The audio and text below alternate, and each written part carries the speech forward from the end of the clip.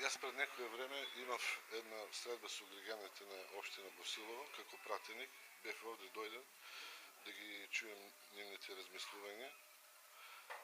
Најмногу тогаш водовме разговори околу субвенциите и бев во посета на пензионерскиот клуб во Босилово и со председателот на клубот увидовме дека и самиот увидов дека недостасуваат од овие спортски реквизити и така обекав и личности на луѓето обекав дека во слободното време кога ќе најдам дека ќе земам и со отворено големо срце ќе ги донирам.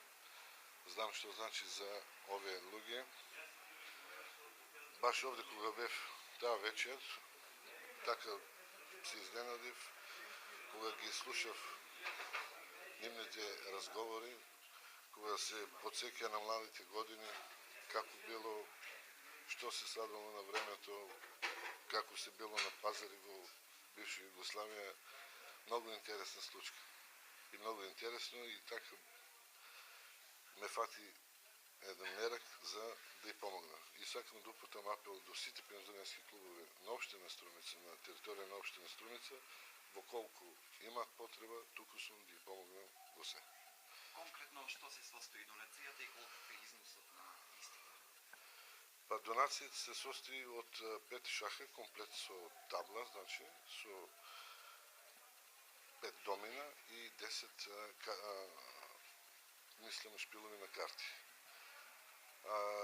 Донацијата не е битна, значи парите не се во оптек, мислам, не се битни. Битно е тоа што сакам да се занимаваат, да уживаат и да ги минат своите слободно време овде и да се усекат.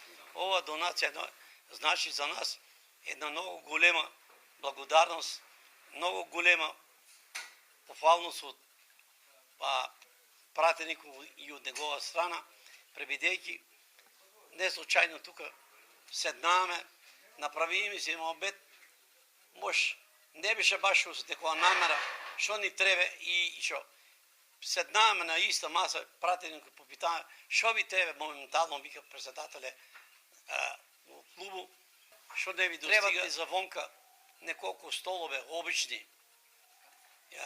И плюс маси не треба неколку, не е важно да кажеме број, не кажах, шах, ако може да набавате, домини, карти и това сега денеска го добиваме.